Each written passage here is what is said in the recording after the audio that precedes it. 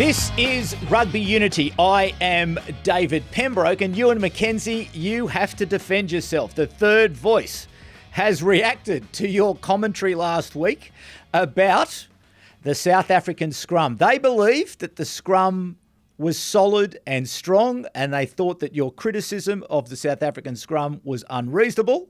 What do you have to say? Well, in hindsight, they might be correct. I'm probably more not critical. Critical is not the right word. That the South Africa hasn't been able to impose themselves in the scrum as they have in recent years. So, and that's not all their fault. That's to do with some of the discussion we've had around refereeing and whatever, and going to free kicks and not actually getting to assert their authority. I was certainly generous in praise about their scrum that resulted in a try later in the game. I thought that was outstanding. So, you know, I'm more concerned about the South African line-out than the South African scrum. I just don't think it's been as dominant in this series as it has been in recent years. In terms of generating penalties, it was a staple for them in recent years, and it hasn't been that way this year. Fair enough. And also, one of the commenters, Nick Abrams, says, you guys, you might be past it. You're ignoring Len Ikitau. You're not enough credit for Harry Wilson. So, Eddie Jones, do you are his features, qualities, Len Ikitau? I think you have been reasonably praiseworthy, but Nick thinks not enough. Yeah, well, I think he's done a good job. You know, he's been very solid. But, you know, we're not here to talk about everyone who's solid. We've been talking about key points of the game. And, you know, whilst he's been solid, he certainly has been a one who's won games for Australia. Harry Wilson, again, has done really well, has had his moments in the game. So, you know, I think old mate there's getting a bit carried away.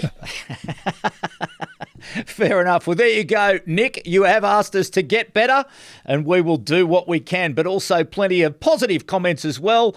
Adrian Annis on YouTube, an AB supporter here. This Aussie team is starting to scare me. The last thing I need is an Aussie team who never give up and have that never say die attitude. I still get nightmares of Gregan, Larkham and Mortlock. Please stop improving. From Arnold Theron, this is becoming one of my favourite shows. From Zimbabwe, Rugby Brains Talking Sense. Big thanks to you, Arnold. Tony Muir says, I agree that the refs are ruining the scrum contest. Bang on. And Matt Skiba, enjoying the insights. Keep up the great work. So there you go, third voice. We need your comments. We need your questions. And later in the show, we will come to questions from Kells Ohar, a question from Greg, and a question from DJ Robbo88. We will be answering your calls later in the program.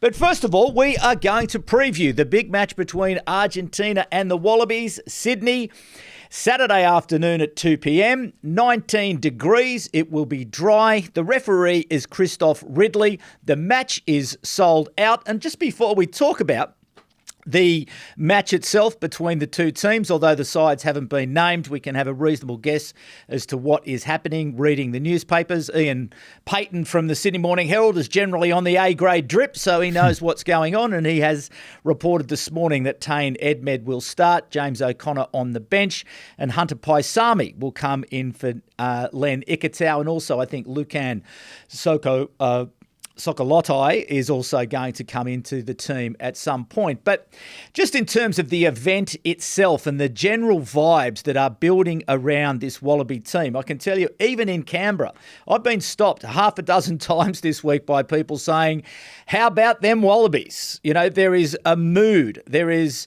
a groundswell of support.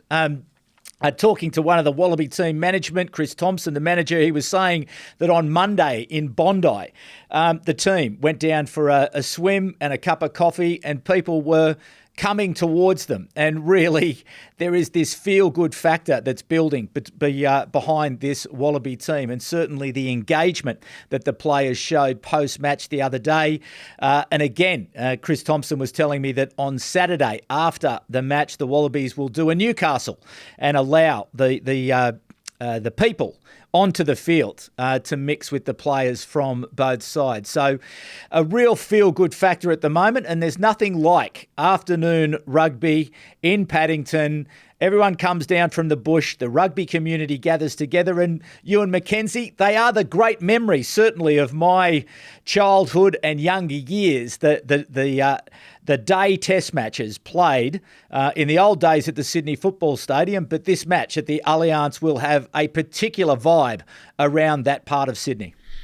No question about that. I think the appetite for the venue is good. It's a fantastic venue, and the new venue, and the crowds love getting there, and obviously the whole precinct becomes alive, and it's good to see that. I think it's sold out. I read somewhere that it was sold out, so that's a really good sign. It is sold out, and it's a real positive that the team can generate that level of enthusiasm, and it's you're coming off unusual circumstances. The last 4 or 5 weeks, some of the ways that they've found to win and the way they've done it is certainly worthy of people turning up and watching and supporting. So I think that's a real credit to the team and the team management. And they've got to, and clearly they're going to make the most of that opportunity, letting people on the ground after the game. That's fantastic. They're all the things we were talking about over the last period of time about how we can re-engage with the fan base, and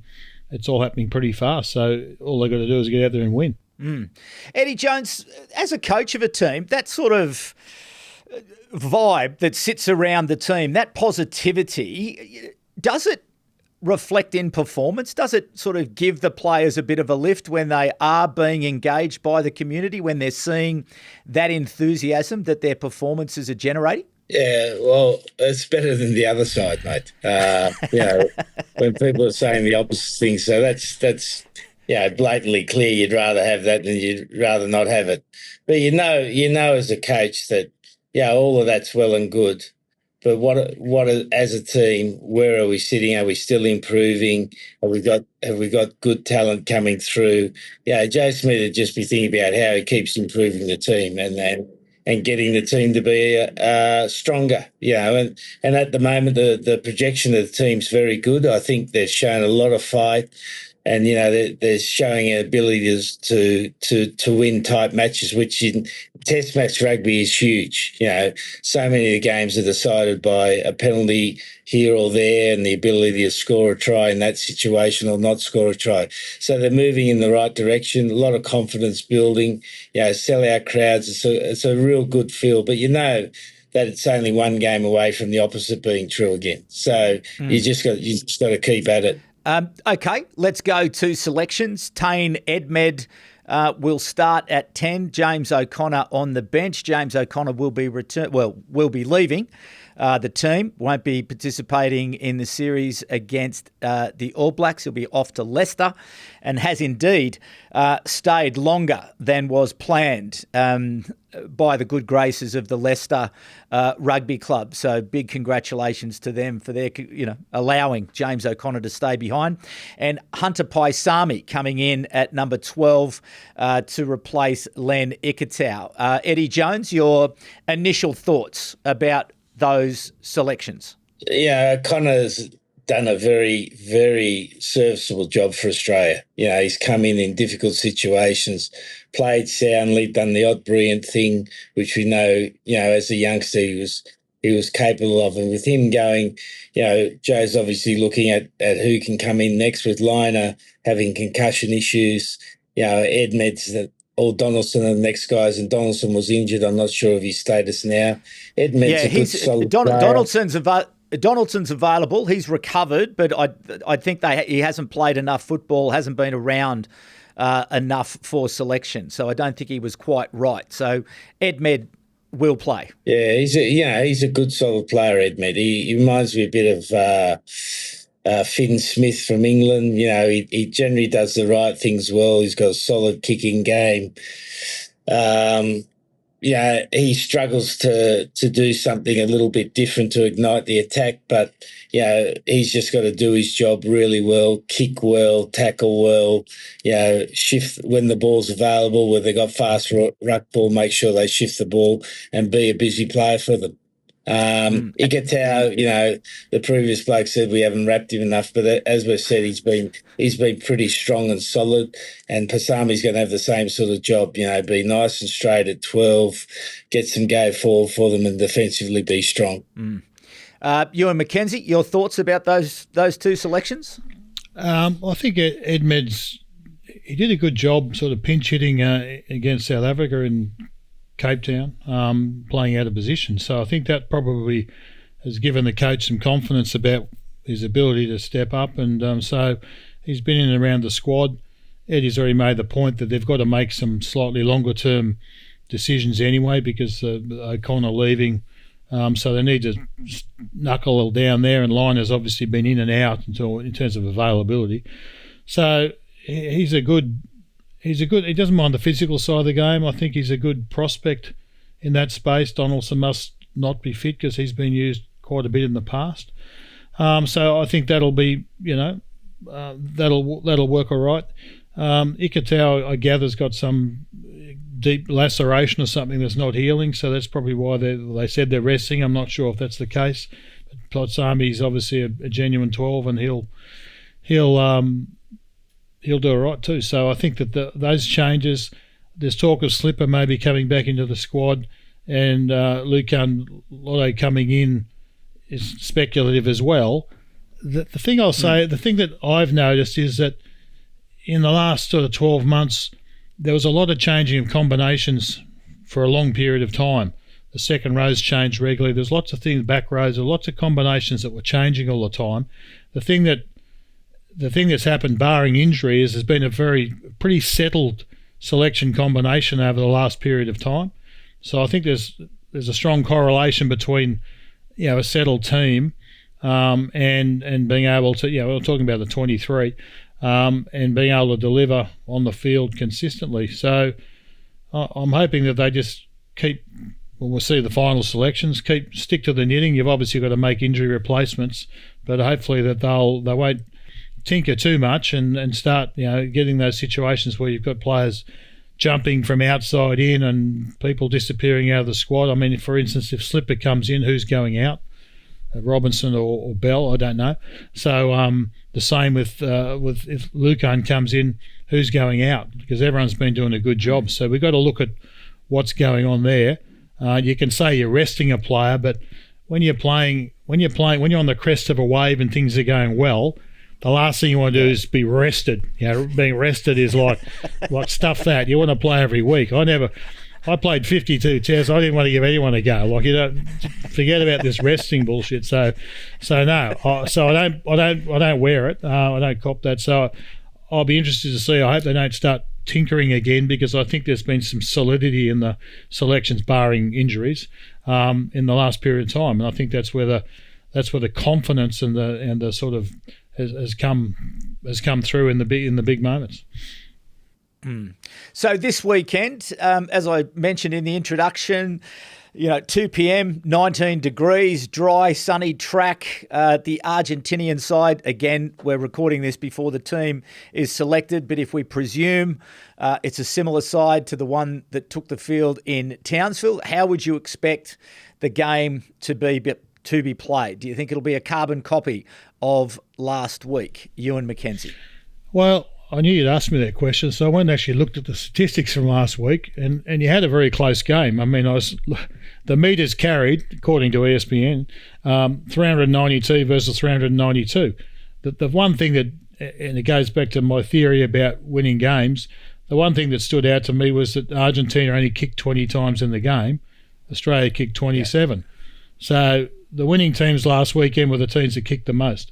So 27 versus 20, and the other game was 34 versus 31.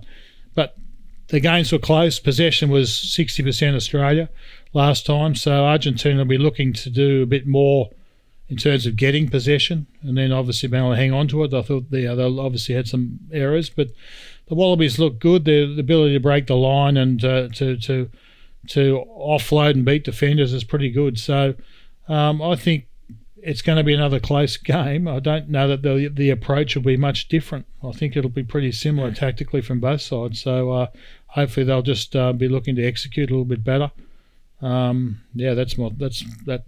unless the Argentina team changes dramatically, but I think that's just the way they play. They'll be trying to be a bit more polished, especially in the second half. So, Eddie Jones, before I ask you about your thoughts about that particular game, based on those statistics, when you're preparing your Japanese team at the moment, as you are for this weekend's semi-final of the Asahi Super Dry Pacific Nations Cup, the semi-final against Tonga, are you thinking about the kicking? And are you thinking about the numbers of kicking going into the game, or is it just a result of how the game is played ultimately? And do you know during the game that if you're not winning, it's generally because your kicking game is not sufficiently robust? I'll give an answer in a different way, mate. I was watching England play against Argentina because we got the referee. I think it was the first test England-Argentina. We got the French referee, young guy Ramos, in the game here and having a look at what he was doing. And watching England play, with George Ford there, who's played, I don't know, close to 100 tests now. His knowledge of when to kick, how to kick is probably as good as anyone in the world. So, and Steve Borthwick's not telling George when to kick or how to kick. No. He's leaving that up to George. They'd have a framework about how they want to play. And as a coach, you're trying to do that. You're not telling your players to kick more or kick less. You might have a division of the field, like some teams divide the field up and say, right, from this position, you're not going to run the ball. I can always remember watching a game in the top 14. I won't mention the coach's name, but it was a away game, and they were doing quite well. And then at halftime, the 10 decided to run, and the ball was lost, and they kick a penalty goal, so they go in behind, right? And the coach at the start of it draws the map of the field draws the map of the pitch on the field, and draws a big red cross in his defending 50, and he said to the player, "Do you understand? Do you understand? Don't run in this area. Don't run in this area." And the 10's got his head down. He's not feeling very good. And as it happens, at the end of the game, the 10 does a brilliant play out of his own half to win the game, and they win the away game in one of the most difficult places. So, That's the vagaries of coaching. You have ideas about what's right, but you've got to give the players the license to make decisions on the field, and you're only creating a framework for them. So for both teams this weekend, it'll be the same again. They've got their way they want to play. Argentina are probably more inclined to keep the ball in hand, whereas Australia, has had quite a strong kicking game, or they play that half-pitch rugby. Which they still played a fair bit against Argentina, which allows them to play phases with a great deal of safety. So I don't think there'll be much change in that. The referee, Christoph Ridley's, like most English referees, likes a bit of contest around the breakdown. So I think that'll favour Australia. So again, I think it'll be a fairly high-scoring game, plenty of points, and not much in it at the end. When I quote statistics and whatever, I'm like Eddie. You don't sit. Your game plan doesn't say we're going to need 10 offloads and da. You might look at it from a coaching point of view and say that there's opportunity there, but it's up to the skill level of the players. But the coaching side of it is coaching, giving them a license to be able to look at those opportunities as part of the game plan. So in other words, the statistics come out of the result of the mentality of the players and the implementation of the strategy. You don't just sit there and go, we need to have 30 kicks. Like, I don't think anyone says that at test level. It's just interesting when you look at the statistics, you look at winning and losing, how the statistics line up. And that's how I mentioned kicking. I'm not a big advocate of kicking, but when you line it up at the moment, kicking becomes an important part of the total game. And if you've got a lower kicking game, you tend to be running more. And that's attritional. We talked about it last week with Argentina about the style of play. You're carrying the ball more, and so that takes it more out. And they did quite well in the first half, but they possibly ran out of juice in the second half to keep that style of game going. And that's where maybe the kicking opportunities came in. I'm talking about, and I talk about positive kicking. That's the grubbers in behind and things like that, where you keep yourself on the front foot, keep the forwards going forward. When I say kicking, kicking there's lots of different kicking, but I'm talking about, for me, it's more about their positive kicking, where you're trying to keep yourself on the front foot and keep them under pressure, rather than just hoofing it down the other end of the field so you can get some pressure relief. So it's just, for me, a statistic at the moment that seems to be relevant in terms of how games are played. So New Zealand kicked it, I don't know how many times. They kicked it a lot. 34 versus 31. And is anyone in New Zealand complaining? No. No. If they lost that game, how many people would have complained? Everyone would have been up in arms. These post-game critics that make decisions on reflective of the game, you can't take much into them. Like, New Zealand kicked well and won the game. Yeah, but if some of those high balls have been caught by South Africa, if Cheslin Colby had a day on, Billy LaRue had a day on, and they caught those balls, then you would have expected New Zealand in the game, like most of the good teams do, then revert to another avenue of trying to get up the field. Like, and that's what you've got to look at in these sort of games when you're talking about number of kicks. Kicking is always important. Like, Link and I were lucky enough to play with a bloke called Mark Ella. And one of the things I remember about Mark was he had this beautiful left foot torpedo where he could find space and find touch, and he'd use that when he needed to. And, no one spoke about Mark Ella being a good kicking 10, but he had that ability to do that. And Liner was the same. Like, Liner was more of a kicking 10, but he had a wonderful array of kicks, accuracy in his kicks. And those players who can do a bit of everything are the players that separate your teams from being good to great. All right. Well, listen, that's a lot to look forward to. Unfortunately, I won't be able to go. I've been a member of the Sydney Cricket Ground and the football stadiums for 50 years.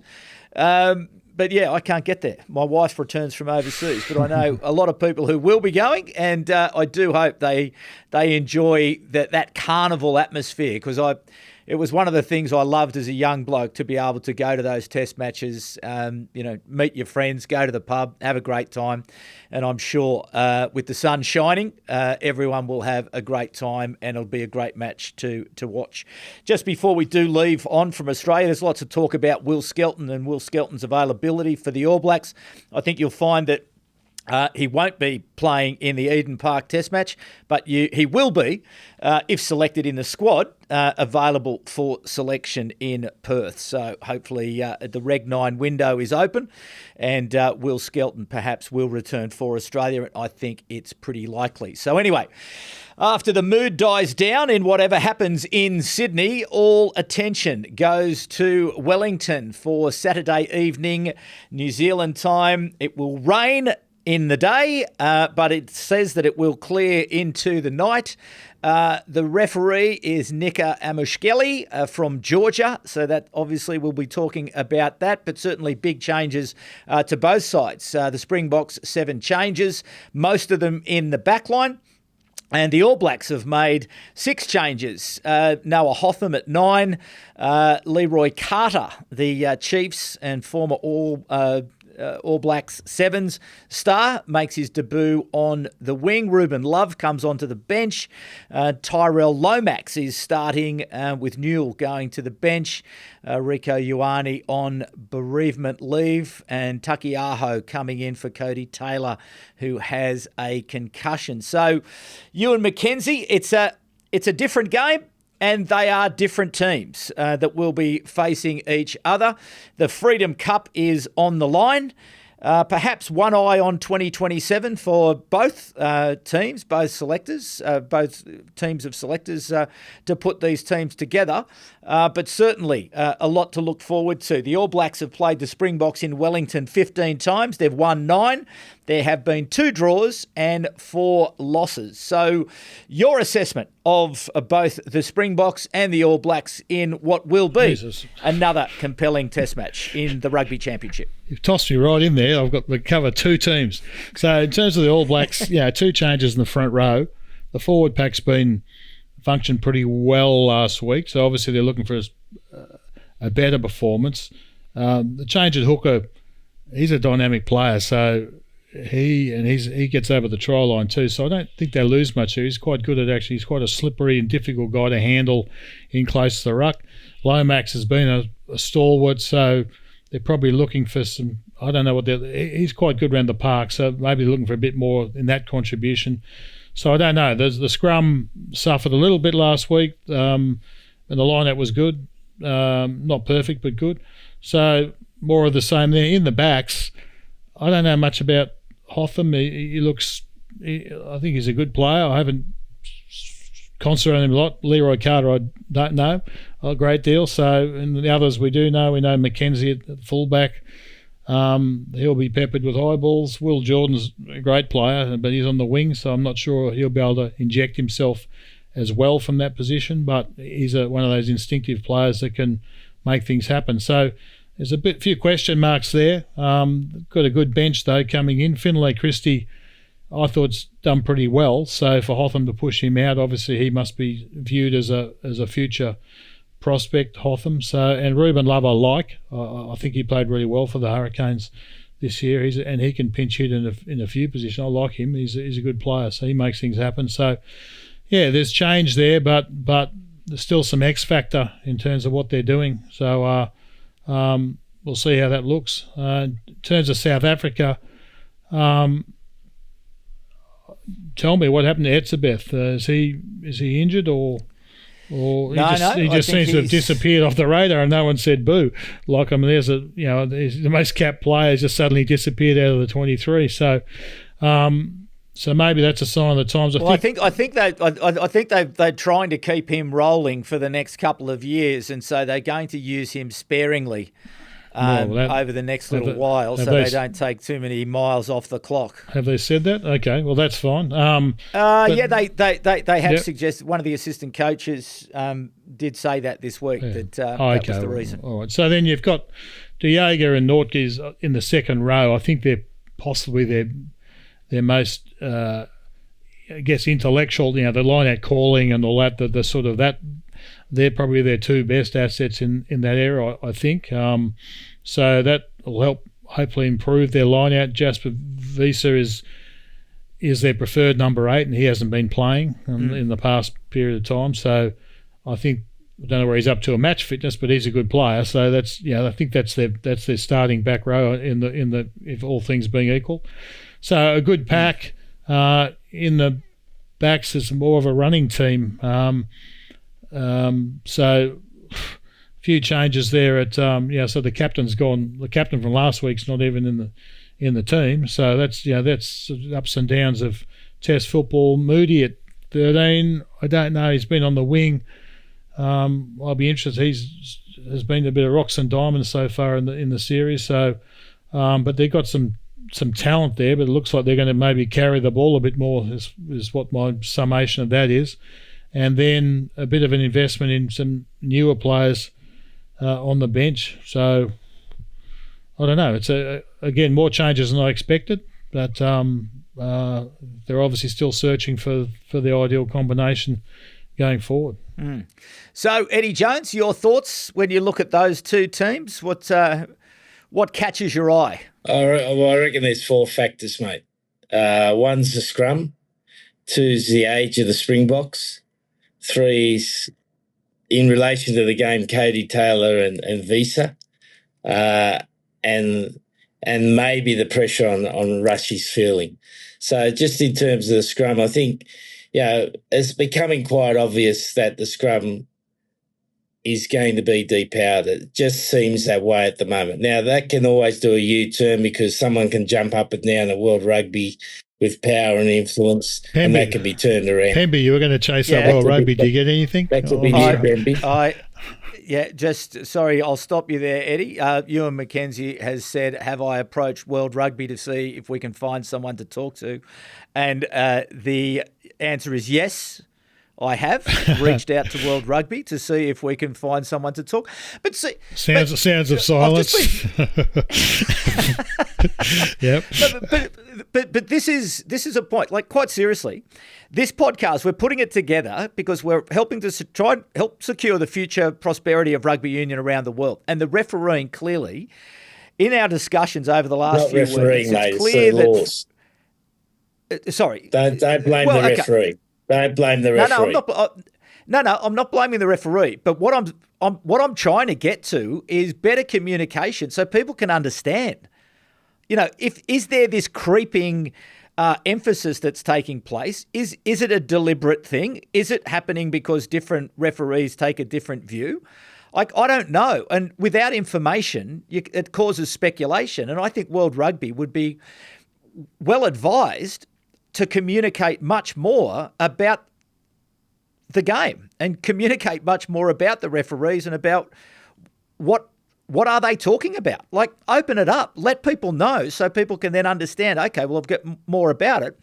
And maybe through that conversation, you can come to the point about the laws and what laws may in fact need to be adjusted as we all seek a better, more entertaining, more engaging game. So, no, I'm not blaming the referees for a moment, but I am trying to understand why is it that we are in the place that we are, because is it by stealth that the scrum is being depowered, or is it by direction that it is being depowered or being de-emphasised? So I don't have the answers. I have reached out, and hopefully I'm going to get an answer, and I'll keep asking until we find somebody who can give us an answer, because the communication levels from World Rugby need to improve across a whole range of levels, and some of the communication we're getting out of the World Rugby at the Women's World Cup has been outstanding.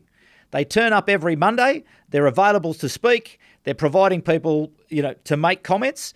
And so I don't see why we don't have more of that.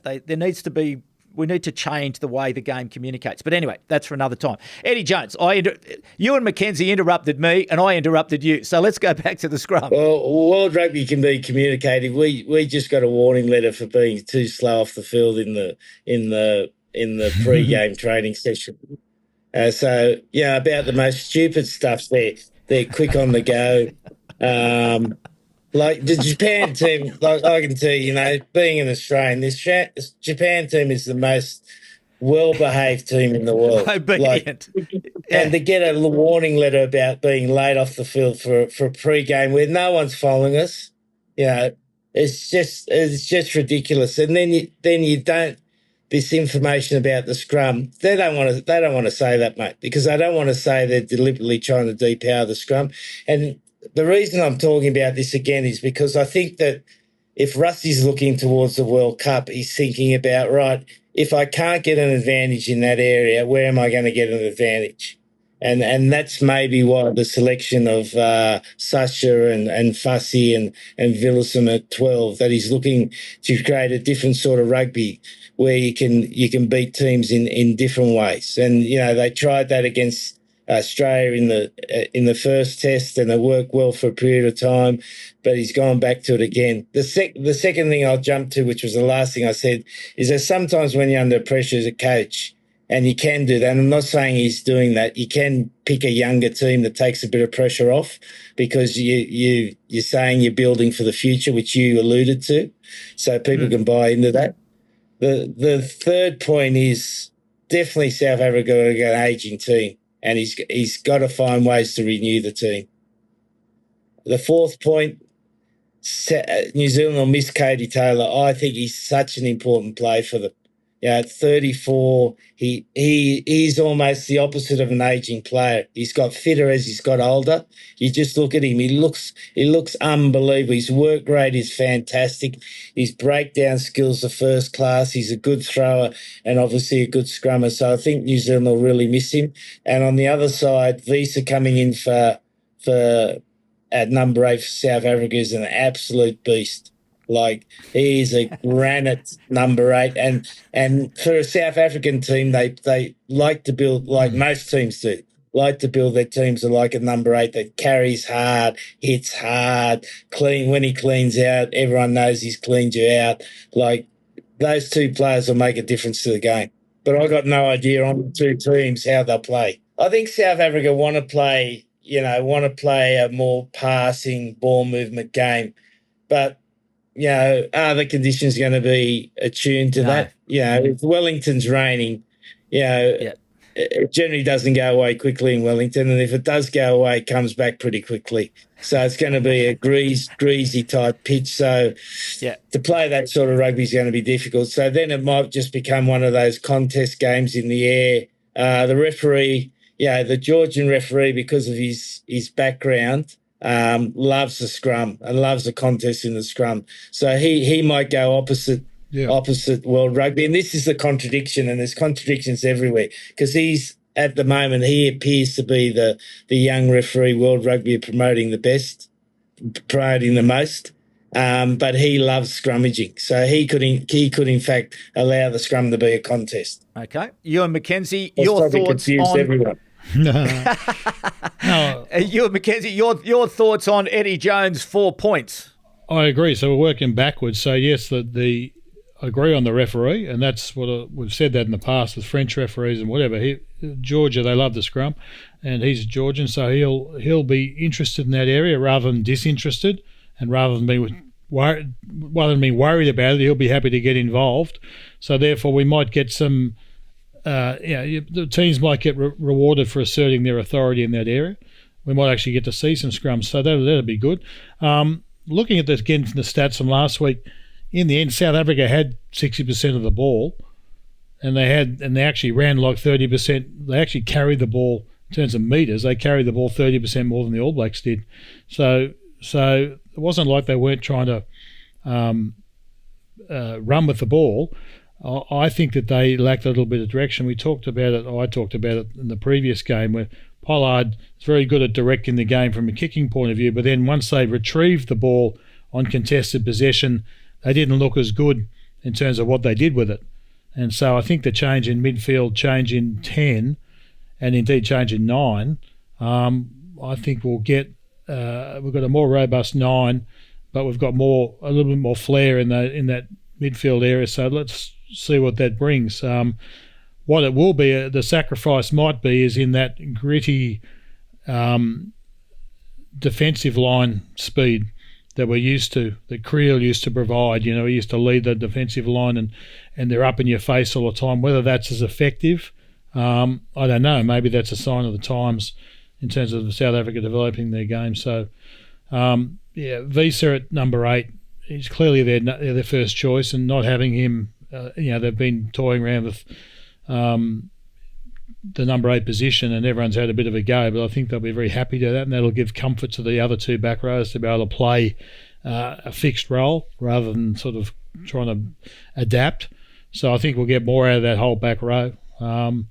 And I think so I think those things will be in South Africa's favour.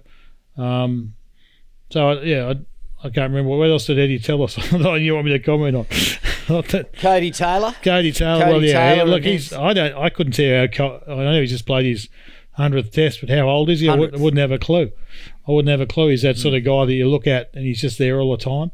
And so I don't know if he's 30 or 35. I wouldn't have a clue. So he just looks fit and sprightly and involved in the game.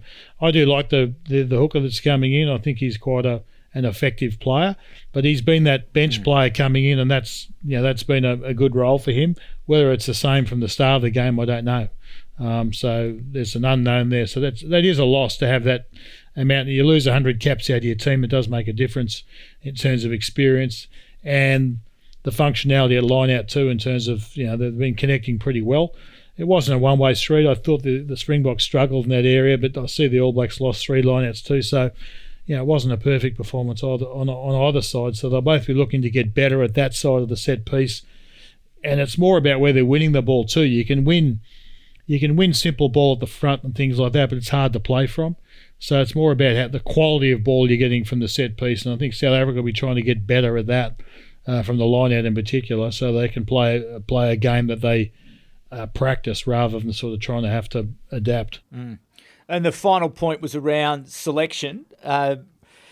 Eddie saying that when the heat's on you a little bit as a coach, sometimes that you just think, let's run a bit of distraction here and pick a team that if they lose, no one's going to give me too much grief for it. Yeah, I don't know if that works. That might work in certain countries. I don't know if it works in South Africa and New Zealand. I think they're pretty, especially when you're coming off a few losses already. So I don't know that will work. I mean, he's putting in guys that he's not putting in guys without.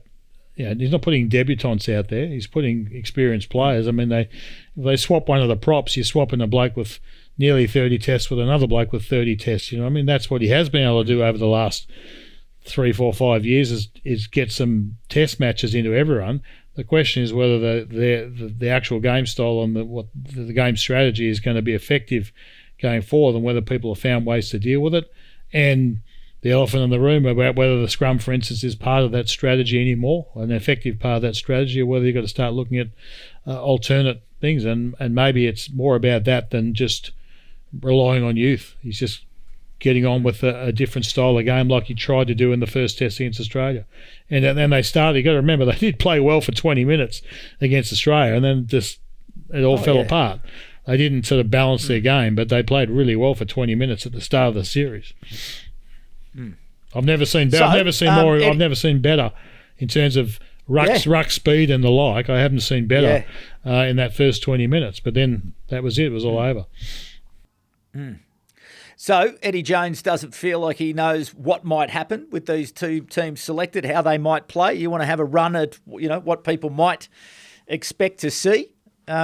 Certainly the All Black backline is diminutive. Sort of, it's not as big as it sort of generally is. Normally they have big wingers, and whereas Carter's not a particularly big guy. You've got McKenzie at the back, not a particularly tall guy.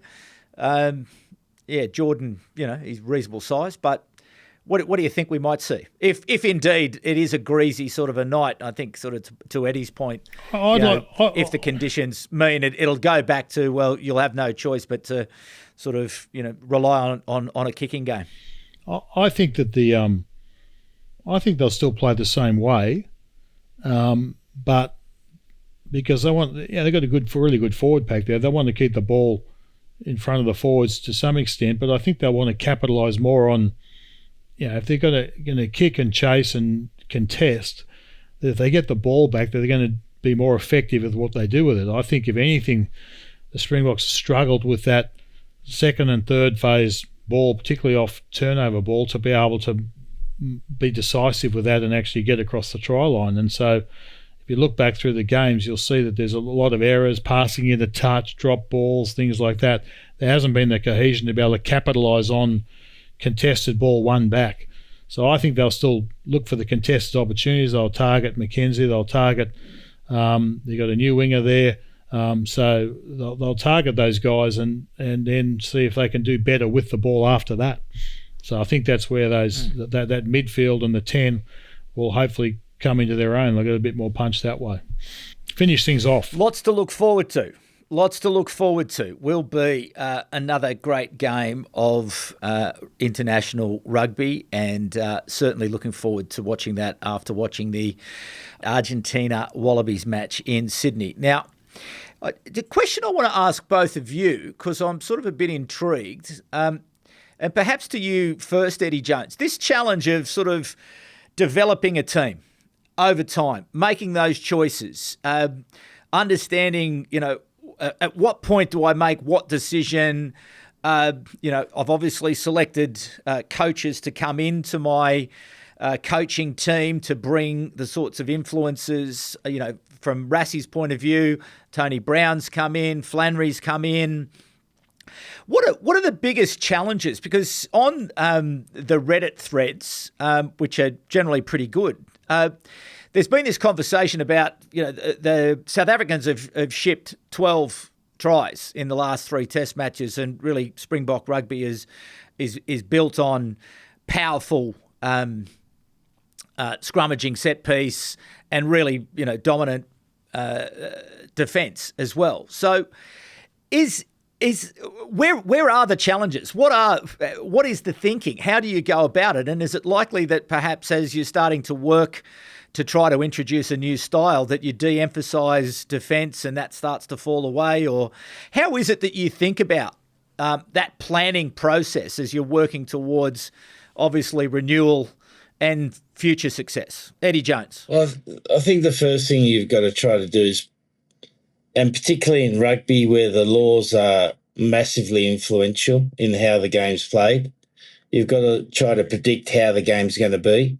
And when you're coaching in the World Cup soccer, you're trying to predict how the game's going to be refereed at the World Cup, and then around the strengths of your team, try to create a style that suits your country and suits your players in relation to how the game's going to be. Like I was speaking to an NBA coach the other day because we're in the States, and he was talking about how they were really successful playing small ball, which meant they prioritised 3 points. They play quickly, play off the break, tick tack, move the ball, 3 points.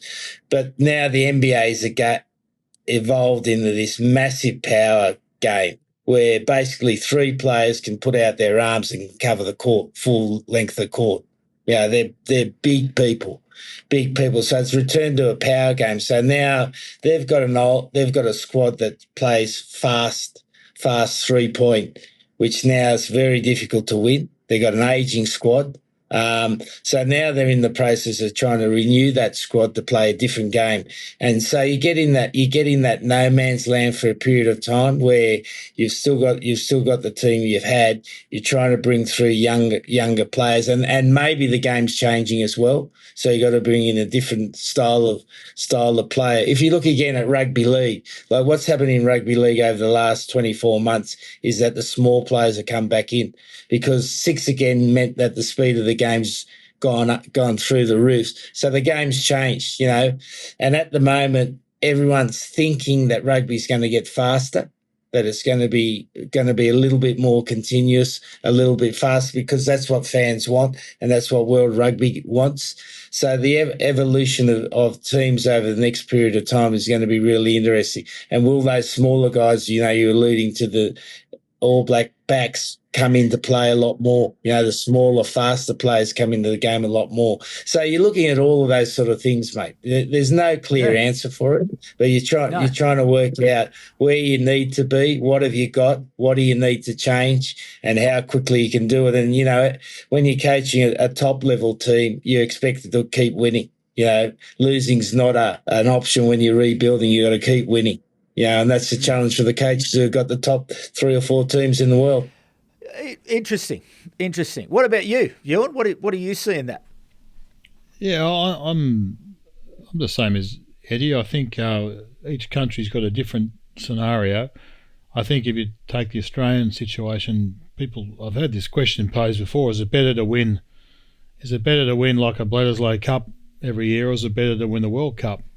And I think in our marketplace, it's in a way, if you never won the World Cup, but you could win consistently in between, that's a better scenario for Australian rugby, because it's seen as a successful team all the time, rather than just being every 4 year scenario. So each country's got, and that's to do with the hearts and minds of kids, and why if they see a winning team, they're more attracted to that than seeing something that happens once every 4 years. So the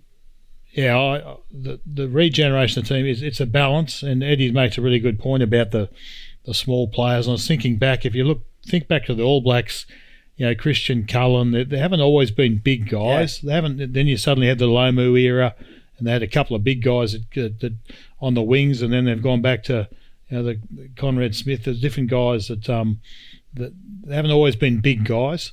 So it does ebb and flow, and you got to try and keep thinking about your squad. And it's nice to have players for all. And I know Connor, for instance, is a player he's not a massive player, but he's robust and nuggety and can play in either sort of scenarios, whereas other players probably suit. So someone like McKenzie for the All Blacks is probably one of those players that's probably going to suit. If the game's open and there's opportunity running, he's going to be brilliant. If it's we'll see on the weekend. If it's an aerial warfare sort of game, whatever, I think he's improved that area of his game. So it'll be interesting to see where they target him and how he deals with all that from a fullback position. But he's been playing 10 during the season. So, but you got to try and pitch it, and that's the hard bit, because for a Wallaby or a national coach, you rely on the provincial coaches to bring you through the players. It's, you got to work with them, but you got to try and bring those players through that are going to be useful for you in 3 years' time or 2 years' time. So they're the conversations you've got to be having. You can't just be living in the moment. You've got to be still having those conversations about what it looks like in 2 years' time and who's coming through. And you can see with Jorgensen, for instance, Eddie picked him as a young kid a couple of years back. That's bears fruit now. He's still a young kid, but he's looking good on the international stage. And so I've always said if you're good enough, you're old enough. Australia's always going to be a younger team, I feel, particularly in the backs. The younger guys are going to come on earlier. You can't, whereas South Africa's traditionally been picking their forwards and they're not maturing in terms of being Springboks until they're 25, 26, probably through depth.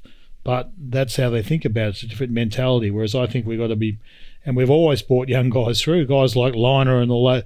They all came through, the Burks, and they've all come through as young kids, really. There's 18, 19-year-old kids coming in, Jason Little, Tim Horan, those sorts of guys in the back line. I think so we've got to be not afraid there, but we're also relying on the states to deliver the players. So you've got to be... The pathway is complicated because the national coach has got to be looking in both directions. He's looking where the game's going, but he's got to be looking behind him to see who's coming through to be able to support where the game's going. But he's got to tell the provinces, this is where I think the game's going. What do you reckon? And okay, let's make sure we've got the right players coming through into the provincial squads so they're available. Look, I don't want to labour the point, but why wouldn't World Rugby come out and be quite explicit about what their expectations are so the coaches aren't guessing about what might happen by 2027, but they're actually reacting to clear instruction from the governing body? Eddie Jones, why are you left in a position where you're guessing as opposed to planning around the shape of the game in 2027? Well, it's so hard to get consensus on it, mate. Everyone's got their own view, and World Rugby's, an organisation that's trying to put together a consensus from all the top countries, and it's difficult to get, mate. We used to struggle at Super Rugby level to get that. So, that's the difficult thing. Some people want the scrum in and some people don't want the scrum in the game. Some people want high balls in the game, some people don't. And so unless you're able to develop a commission type approach where you've got a group of people who are independent of the countries and are just there to look at the welfare of the game, you're never going to get clear decision making. And that would have to be a change in the regulations of the World Rugby Organisation. And that's probably... Brett Robinson's not going to want to do that, mate, because that'll probably cost him his job. That's the reality. So no one wants to do that because it costs them their job. But on so that's actually 100% true what he says. The other aspect is, in my memory of recent World Cups, is that the World Rugby is not averse to sort of introducing a bunch of laws just prior to the World Cup, like 2, 3, 4 weeks out or something like that. They say we're going to do this. And you go, great, well, we all get notice at the same time, but it's a bit frustrating to be able to, you have to go and adapt to subtle law changes or subtle law interpretations or law focuses just prior to a World Cup, for instance. So I guess there's no perfect timing, but a couple of weeks out of your major tournament seems a bit odd. I can feel a campaign coming on. I can feel that we're going to have to campaign for this independent commission that is independent, makes decisions about the welfare of the game, gathers up views from around the world, brings consistency to the sport to allow it to be governed independent of national views. And Ewen McKenzie, I think you can be nominated as the first chairman of that commission. Right. So okay. We might have a job for Ewen McKenzie back in the game. But that makes all the sense in the world to me. Absolute all the sense in the world to me. Over-communicate. It helps the referees. It'll help the development of the game. And if it's only politics that's holding it back, well, surely we've got to fix that because Really, this podcast is about helping secure the future prosperity of the game in the world, and I don't think the coaches have got enough to do rather than speculating what might happen. As Ewen McKenzie said, in a week before, by the way, guys, we're going to change the laws of the game. So that is not acceptable, I'm afraid. And so we will start talking about that, just as we will continue to talk about fan engagement and continue to see great results from the Wallabies. And indeed, I think I've got to give the women some great credit again at the Women's Rugby World Cup. They are setting new standards for engagement, for accessibility, the amount of content that's coming out of the change rooms, the humour, the fun, the generosity. It's really taking hold, and I think setting an example. So congratulations to the women at the Women's Rugby World Cup, and certainly the quarterfinals will come up this week. We did have our preview program on rugby unity, New Zealand versus South Africa, Canada versus Australia, France versus Ireland, and England versus Scotland. And you can dial back into that conversation that I had with Bella McKenzie about all the news previewing those quarterfinals. And indeed, Bella McKenzie speaking to Emily Chancellor, the co-captain of the Australian team, about their preparations as well. But before we come to a brief chat with Eddie Jones about the Pacific Nations Cup, in there we'll get Eddie and Ewen on the job answering your questions. So thank you again from the third voice. We really do need you to continue with this. It just makes such a difference to the program, brings it a real richness. So DJ Robbo on Spotify says, love the pod. I listen every week from Toronto in Canada. So question 1, are there any overlooked Aussie players in Japan or Europe you think Joe should consider for Wallabies selection? Eddie Jones, that might be a question for you to start on. You've probably got more contemporary knowledge of players that are available. Is there anyone sitting out there that you think and it won't be Joe Schmidt for too much longer, but Les Kiss might be able to keep his eyes on to develop further depth into the Wallabies squad? Well, there's definitely talented players, but talent doesn't mean you're going to play for Australia. You got to be committed to play for Australia, and by the fact that most of them have gone overseas by their own option, then maybe representing the Wallabies is not their first option. So there's a lot of good players. Australia produces a lot of good rugby players and a lot of good rugby league players. So they're there, but you got to want to play for the Wallabies, and if they're good enough, they should be ringing up Joe Smith and telling him, can I come and have a trial? Can I come and play Super Rugby again? That's the reality.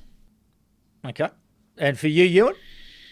Yeah, look, I read a story the other day. It was about, I think it's Sydney University or someone that's saying that the French clubs are just poaching into the shoot shield, and just basically making offers to those fringe players, fringe super players, and hoping they fire a shotgun and see if some stick and some players turn up.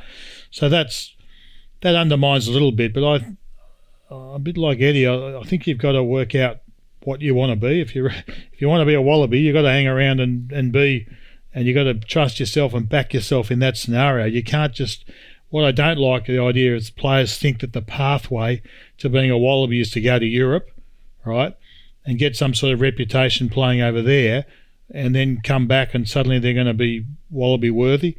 That might be the case, but that shouldn't be the pathway. The pathway should be respecting the domestic pathway, and that's where I do think that people have got their own opinions about Super Rugby, but at the moment that's the pathway, and we've got to try and give that value by choosing players out of that where we can. And I think Joe's actually been doing that. I think he's been trying to respect the pathway as much as he can, and bring talent through that way, because that means that players will stay and play. If they feel like the pathway is go to Europe and come back through the back door, then that's what they'll do. So I kind of like seeing players that, it's not about the money as much as it's easy to say that, respecting the fact that it's an important step for them to play for their national team and sing the anthem and all that sort of stuff, that they bide their time and force their way in by being a good player in the domestic competition. and being a good Super Rugby player and playing well against the Kiwis and, ideally the South Africans, but playing well against the Kiwis and forcing your way in that way. That's how I see it.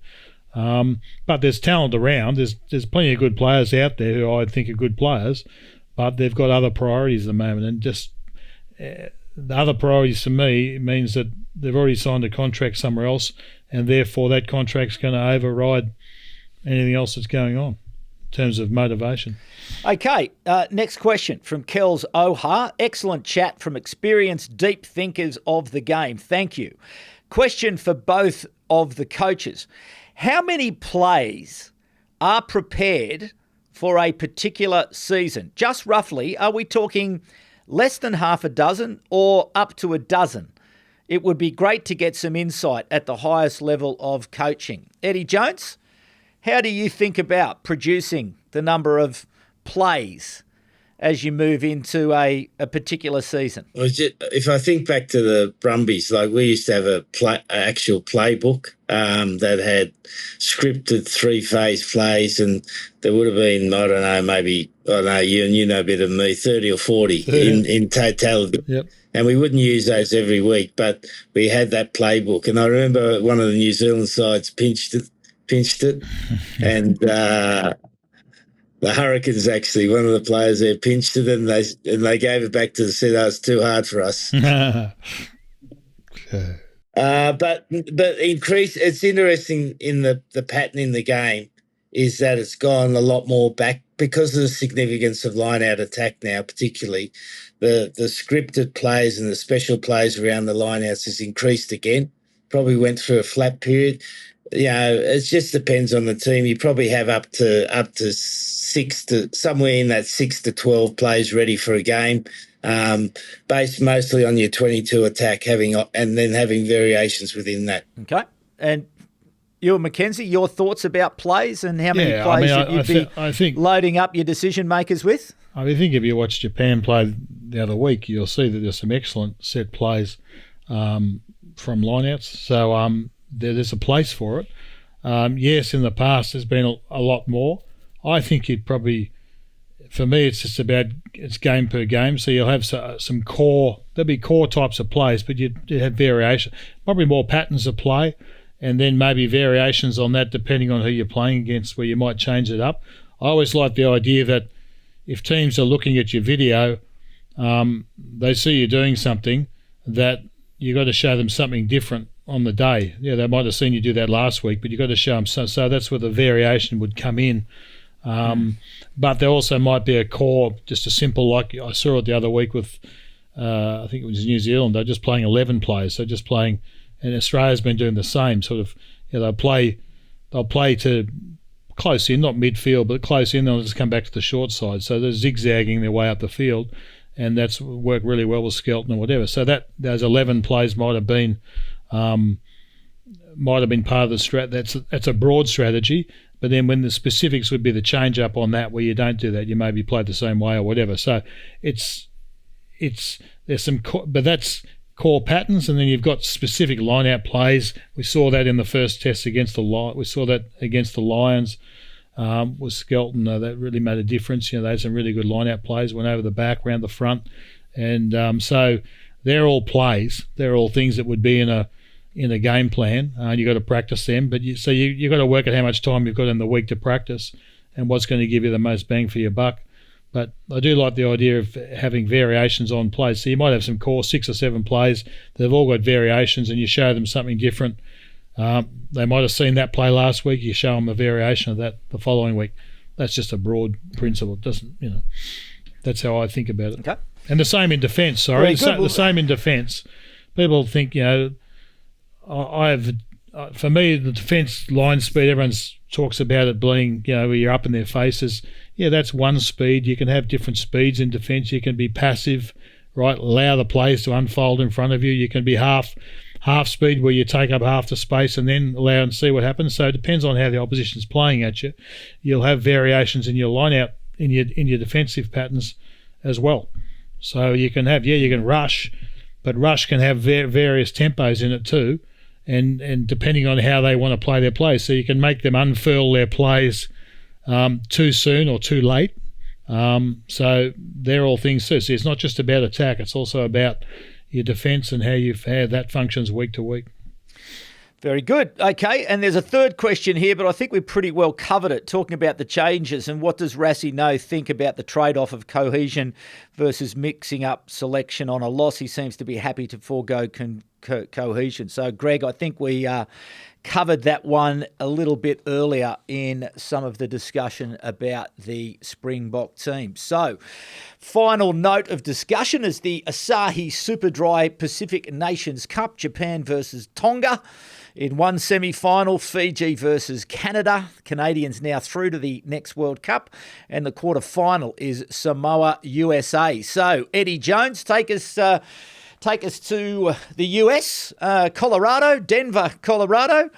What can the good people expect who are going to come along to watch Japan-Tonga on Monday morning, Southern Hemisphere time? Look, I think, this is probably one of the best prepared Tongan sides I've seen for a while.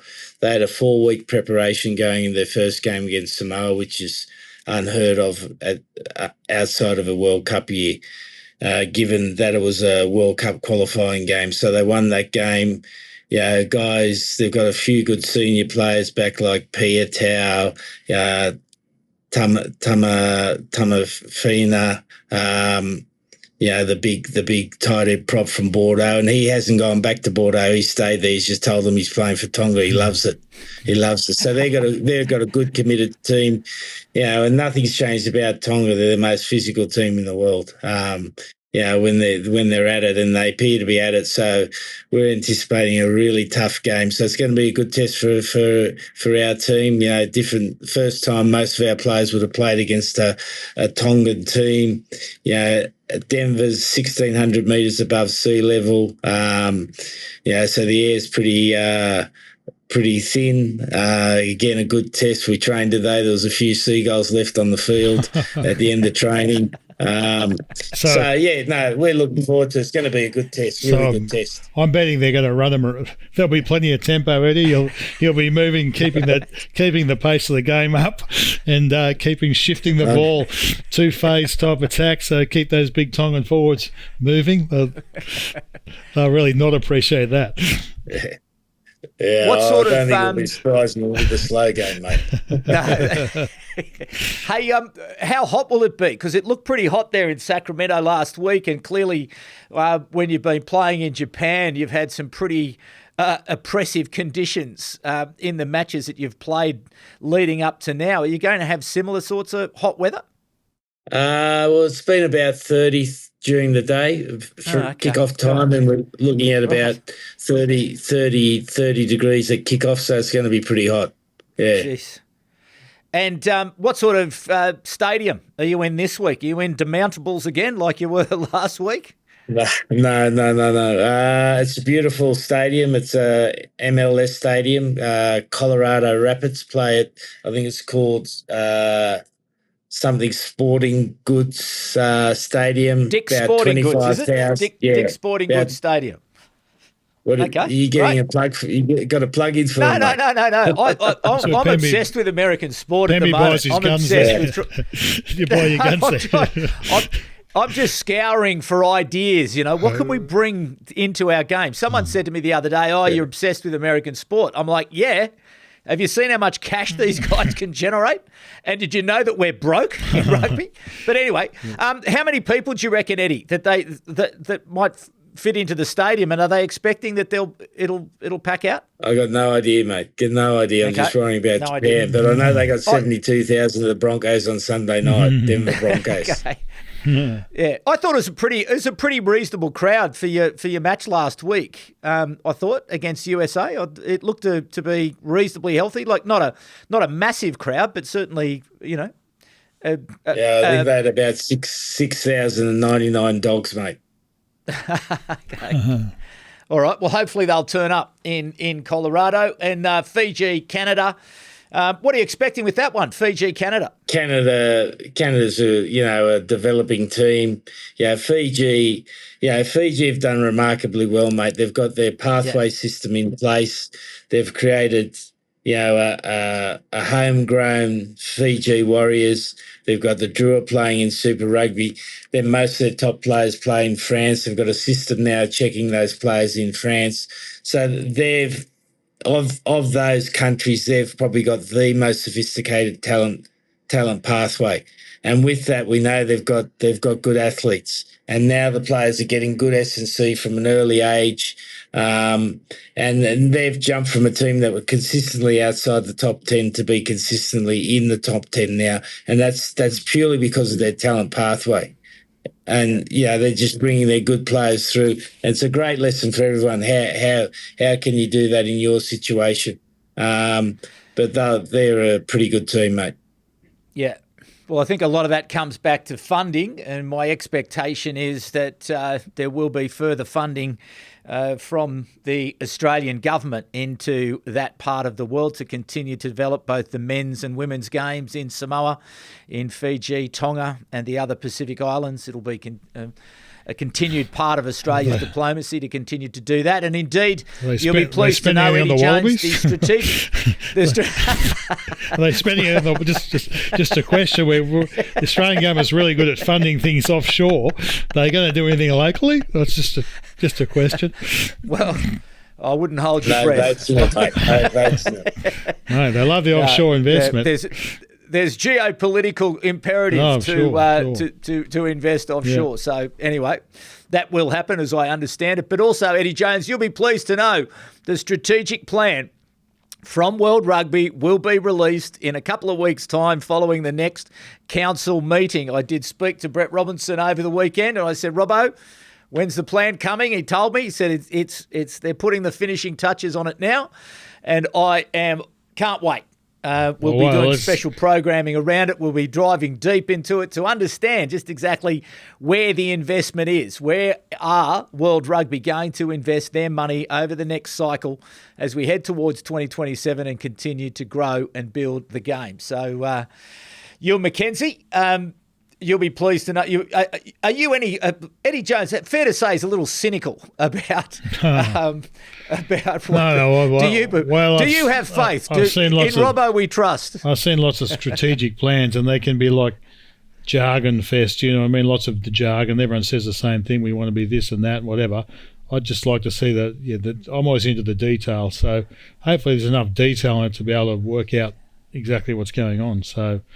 If it's just a two-page bit of jargon, I'll be worried. So we'll see. Well, I'll give him. No. I'll give him that opportunity to be surprise me. Yeah. Well, no, I think we did have a discussion some months ago about putting some specific, measurable, achievable, realistic, and time-bound objectives in place. I think you've got to get some numbers there. So I'd be disappointed if we don't. Motherhood statements are one thing, but we really do need to see where are we going. And but it'll be grist for the mill. But the other thing about what we're trying to do here at Rugby Unity is to get into that and talk about it regularly and communicate about it, because I think once strategic plans are put in place, they're only as good as they are implemented. And so we've got to talk about it, and we've got to hold World Rugby accountable, and we will be talking a lot. I can guarantee you about that strategic plan, because we've got to get a single plan for the game so everyone can understand what's in the plan, so they can align their behaviours and their attitudes towards making it happen, because we need one plan. We don't need 5 plans. We need one plan. We need it distributed across and different member nations, the 133 member nations, to interpret it and do it as they can with the funding that they're going to be given. But again, we've got a big job to do in getting more money into the game, because there are more mouths to feed than we can at the moment. But the wheel turns, Pemby. It's like this podcast, mate. It's for love, not money. So we're going back to the amateur. We're going back to the amateur days now, where we're not going back to the amateur days. We're motivated by the game, not by the dollars. No. Well, I'm always motivated by the game, but part of my motivation, obviously, I spent all of my career has been about the off-field stuff and trying to get that right, but trying to get as much money into the game as possible. Interestingly for me, the players that I played with in the amateur era, the so-called amateur era, they were some of the most professional people that I ever came across in my rugby thing. That because they were working a job, or they're working jobs, and they were doing all of the physical preparation in and around those jobs, and performing like world-class players, on the weekend. So they were the most professional. For me, professionalism is not about how much is in your pay packet, how much you're getting paid in your contract. It's about how you conduct yourself in terms of your day-to-day, hour by hour, in terms of what you can do to be the best player. Coach, whatever. No, I do agree. I do agree with all of that, but I also agree that we've got to get more people in more countries caring more about the game of rugby, so that we can get more investment in the game. Because when you think about, for example, the women's game coming off this superb Women's Rugby World Cup, whatever funding they get, it's not going to be enough. No. Rugby in India, there's just not enough. And Eddie Jones earlier in some of the earlier programs was talking about a layer of competition that had been eliminated up in and around the Pacific nations, I think around the under-20s area, because they simply didn't have the money to fund it. So that's what I'm on about, is really trying to make sure that we can get people like Dick's Sporting Goods involved. Massive corporation. But anyway, Eddie Jones, a final word to you before we go. Anything else to add? Oh, I saw the first strategic point, mate. It was depower the scrum. So that's in there, mate. They're going to come out. They're going to get it off their chest. They're going to be honest. They've heard from you. They want to be honest. So they're just rewriting the strategic plan now. Okay, right. You've got second strategic point was be on time when you leave the field in the pre-game warm-up. All right. Do I get a final word? We'll leave. Yeah, you can have a final word. What's your... Eddie brought up Mark Ella earlier in the podcast. I just wanted to inform the public that I own 3 ducks, 3 Peking ducks, and they're called Ella. So I've got the Ellas out there. So when I'm out the yard, I'm calling out Ella, and 3 male ducks, and so they all come running. But I just thought that might be interesting. It's a chubby one, Glenn. There is a chubbier one. There is a Glenn lookalike. You're going to call him Glenn, mate. There is. Don't worry, there are some similarities there. There's a thinner one too, which is Gary, and then there's Mark. The smart one. Yep. Anyway, there we go. Okay, boys. Well, thanks very much. Thanks for giving up your time again. I know the audience is grateful. We're getting great feedback from everyone.